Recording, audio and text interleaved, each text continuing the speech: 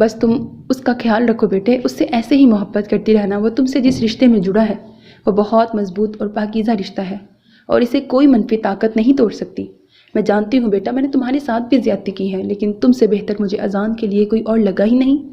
پھپھو نے محبت سے اس کا چہرہ دونوں ہاتھوں میں تھام لیا۔ نہیں پھپھو، آپ ایسا کیوں کہہ رہی ہیں؟ میرے ساتھ کوئی زیادتی نہیں ہوئی۔ آپ نے تو مجھے میری زندگی کی سب سے بڑی خوشی دی ہے، اور آپ بالکل فکر نہ کریں، سب ٹھیک ہو جائے گا۔ آپ میرے ساتھ ہیں تو مجھے کوئی پریشانی نہیں ہے۔ زری نے بے ساختہ ان کے دونوں ہاتھ تھام کر چوم لیے۔ پھپھو کی باتوں سے اسے حوصلہ ملا تھا۔ خوش رہو، آباد رہو۔ پھپھو نے اس کی پیشانی پہ بوسہ دیا تھا۔ زری کے اندر تک آسودگی اتر گئی۔ سو میرے عزیز listeners, this was the end of this episode. Hope that you like it. اپنا بہت خیال رکھیے گا نیک تمناؤں کے ساتھ۔ اللہ حافظ. And don't forget to subscribe to my channel because that's how you can encourage me and that's the only kind of support and encouragement which I want from all of you. Allah